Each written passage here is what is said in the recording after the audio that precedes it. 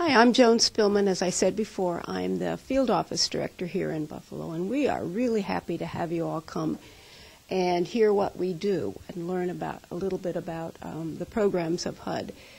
HUD, the Department of Housing and Urban Development, has been a member of the President's Cabinet only since 1965. It was created by Lyndon Johnson. So it's one of the newer cabinets in the executive branch of the government. And our current secretary, that's the title for the highest person, is Sean Donovan. But our current governor, Andrew Cuomo, was once the secretary of HUD as well. It's just a little piece. The purpose of the Department of Housing and Urban Development, what we were created to do, is to create strong, sustainable, inclusive communities and quality, affordable housing for all. And the way we do that is through giving out money and then monitoring how the money is spent.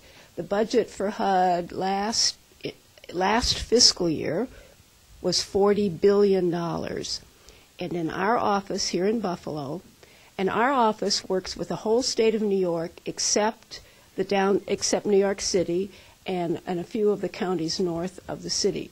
We gave out in this office $350 million to the housing authorities, to the cities, to agencies around the state to do our work for us. We don't actually do the work. We fund people to do the work.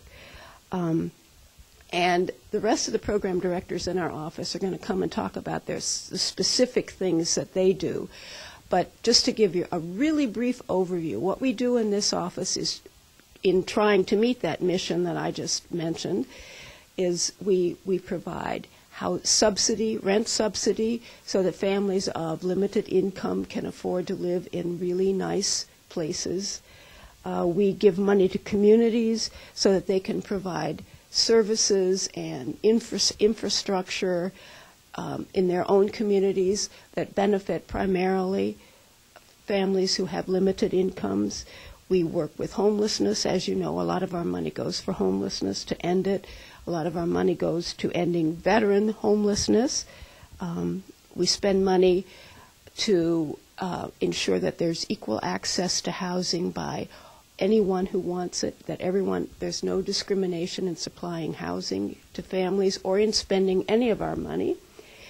And we do a lot of other stuff that is better explained by others, like insure mortgages to make certain kinds of buildings and hospitals and nursing homes affordable to build so that they can serve our communities.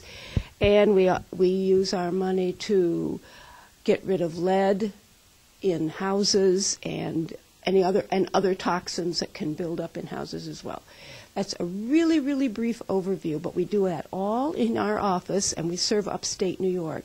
And the people who are going to talk to you are going to talk to you about how they do that, how they affect all of that in their own departments here in Buffalo.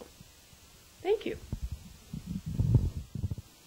Hi, my name is Wayne Willard. I am the director of the Multifamily Housing Program Center here in Buffalo.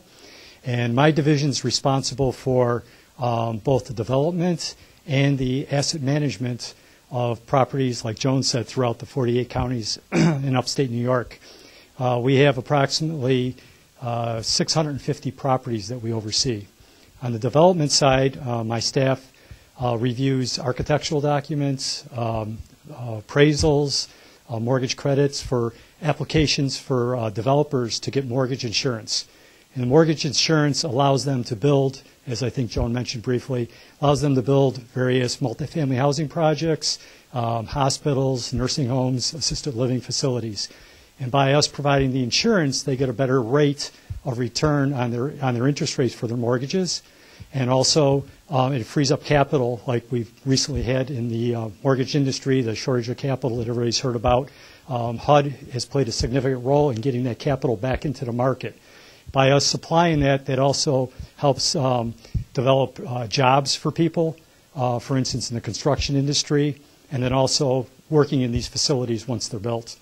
We insure the loans for anywhere from 35 to 40 years. Along with that, sometimes we do provide rental assistance with it, depending on the type of housing we're providing. It can be low to moderate income housing. It can be also market rate housing. We do the full spectrum. When it comes to after it's developed and built and up and running, it then moves over to my other side of my office, which is our asset management staff. And our asset managers oversee the project for the life of the mortgage. We make sure that physically that the property is maintained properly and that for the residents, and also that any subsidy that's being provided to that property is also utilized, effectively to maintain the property.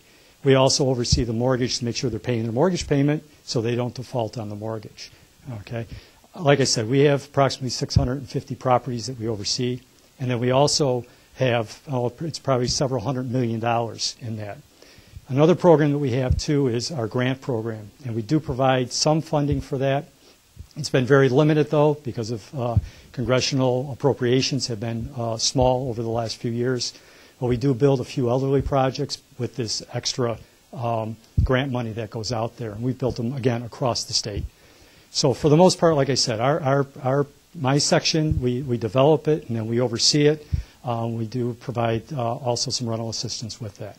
So that's a basic overview of what my division does. Hi, I'm Patrick Ethier. Today I'm here with Brianna Moran and Rachel LaBelle for WVLT Channel 17. We are here with Lisa Pugliese, the Director of the Office of Public Housing at HUD in Buffalo. Today we are here to interview Ms. Pugliese to inform our viewers about several HUD programs and how they work. When was HUD established and why? Well, HUD was founded as a cabinet department in 1965 by President Lyndon B. Johnson to develop and execute policies on housing in metropolises. Robert Weaver was the first secretary of HUD, and our own governor, Andrew Cuomo, was secretary from 1997 to 2001. What is the mission of HUD? HUD's mission is to create strong, sustainable housing, inclusive communities, and quality, affordable homes for all. How does Watervliet residents benefit from HUD programs? By having access to affordable, decent, safe, and sanitary housing. What are some of the HUD programs that Watervliet residents can benefit from? The residents can benefit from home ownership, low-income public housing, housing choice vouchers, and housing counseling agencies. How do our residents find out more about HUD and some of these programs? Everyone can have access through HUD's website at www.hud.gov. Can you tell us about your position and duties? As the Director of the Office of Public Housing, I'm responsible to implement all of the public housing programs, including the Section 8 housing vouchers system. I oversee the technical staff, in which you met earlier, who provides the actual oversight, compliance assurance, and technical assistance for all the PHAs that are in our jurisdiction. What area of the state do you cover? How many housing authorities, and do you know how many families does that cover? This office covers the 48 counties in upstate New York. We have 103 public housing agencies, 51 public housing authorities. We have about 24,000 public housing units, 44,000 housing choice vouchers, and 620 VASH vouchers. We work with the Watervliet Housing Authority. How do you oversee their operation? Well, the Housing Authority actually inputs the information into HUD's web-based computer systems, and through this we monitor their performance. Some of the systems that we use in this process are our portfolio management tool, we call it the PMT, voucher management system, which is VMS, and our public housing information system, PIC. In addition to that, we have regular conversations with Mr. Petrucelli and his staff. Our residents get funding from HUD. How does that work? How would you describe how they get funded? Well, the residents' rents are actually based on 30% of their adjusted gross income, and the Housing Authority receives their operating subsidy, or OPSUB, through that. The OPSUB is a formula based on the income that the residents give and the actual funds that are received throughout the previous 12 months from June till July. The Secretary of HUD is Sean Donovan. What are his duties and responsibilities? Well, the Secretary of HUD has major responsibility. Many of his duties and requirements of the Secretary are dictated by laws, so they're not like a regular private sector position. He is the Chief Executive Officer. He leads and administers the efforts of the entire federal agency, and his position occupies a seat in the President's Cabinet.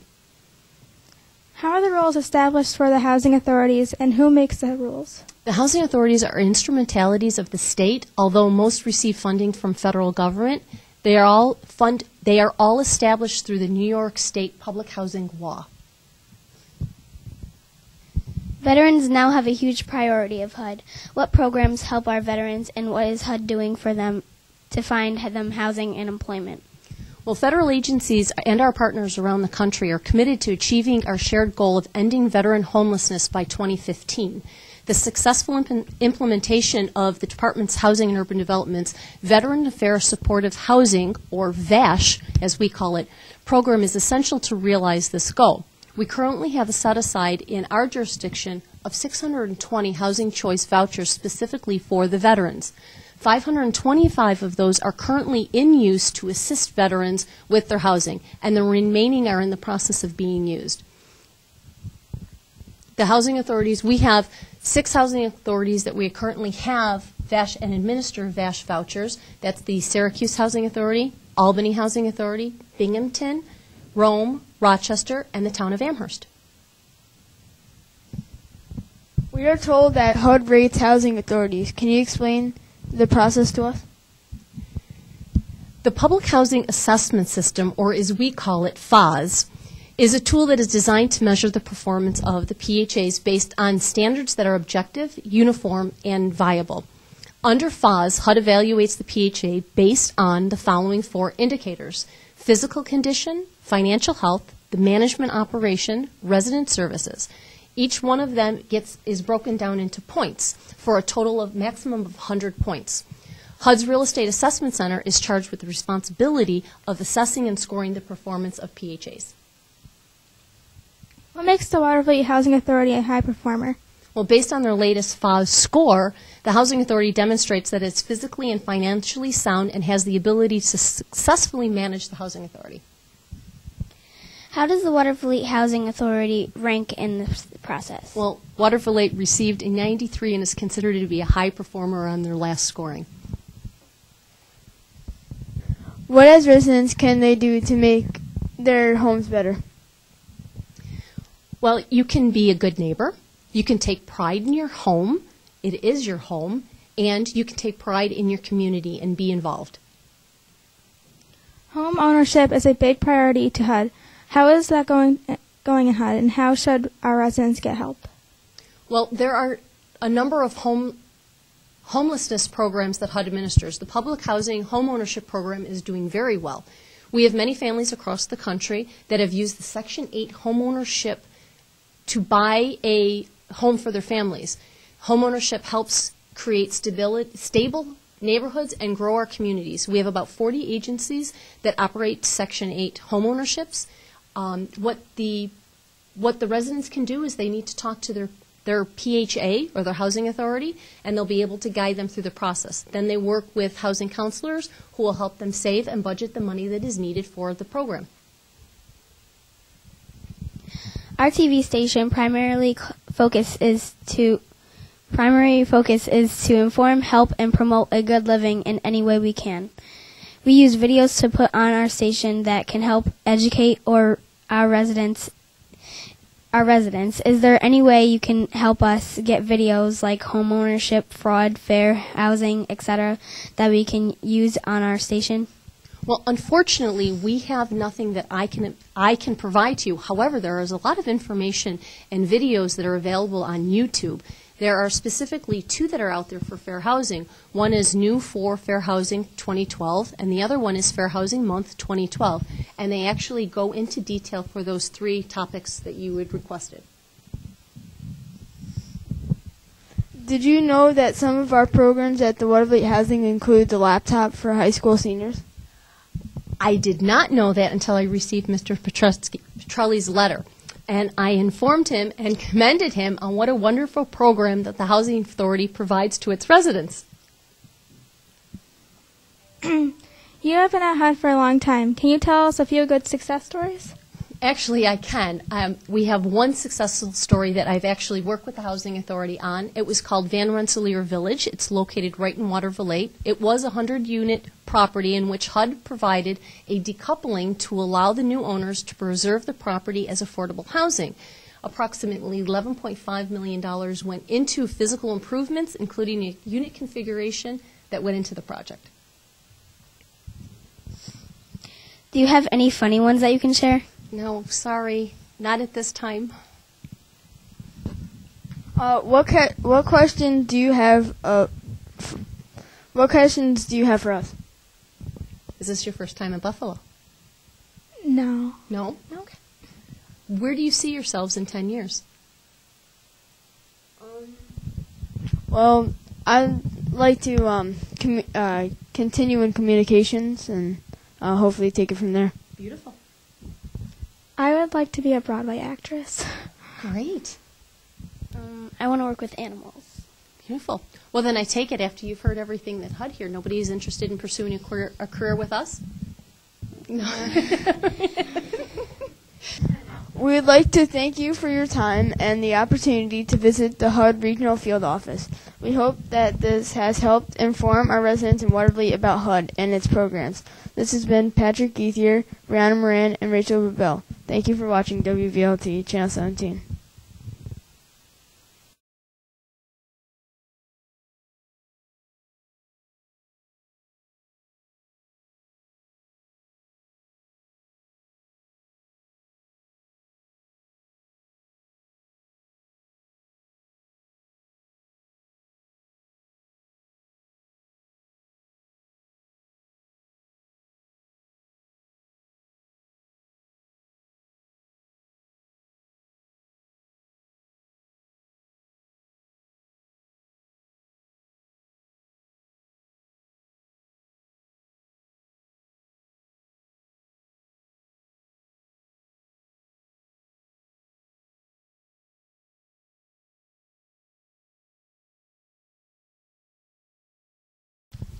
Hi, I am Lisa Pugliese, the Director of Public Housing for the Buffalo Field Office. If you are interested in HUD homeownership programs or in any of our other fair housing programs, please contact the Watervliet Housing Authority or visit the HUD website at hud.gov.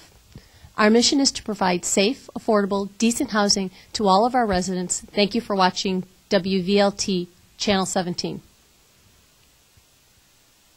Hi, I'm Nathan Spain, and today I went out and talked to the people behind the TV summer camp. Over the last couple of years, we've been working with the video club and the kids, and Matt and I would go and show you kids what video was like, how to edit and things of that sort, how to take film and produce a video, a commercial, or an interview. But what we found out was that we're not pros ourselves, so we wanted to go to a pro and say we wanted to pass something on to you more than what we could give you ourselves. And the idea was we had somebody like Paula to do that, and we wanted to share that with you. Charles Patricelli and Matt Ethier asked me, we were talking, and they asked me if I would like to do a summer camp here. And because I've done it before at Russell Sage College and the New School of Radio and Television, I said, yeah, I like to do this stuff, so why not? Paula's doing a great job so far in this past week with you guys. She's got you focused, motivated to succeed in what we're trying to do. I think it was a great idea from both Charles and Paula to get together and get you guys to the next level. Learn a little bit more about interviewing and some techniques, and hopefully get the research there. So what did the students learn? I think it's turning out great. You can tell a big difference in you guys just from the past, 5 days now. Well, I learned a lot of different angles, how to set up a camera, a little bit of how the editing system works, and a little bit just about interviews. At video camp, I learned that Taping something isn't just pointing a camera at somebody and recording it. You have to learn about angles, and you have to think of angles in a different way.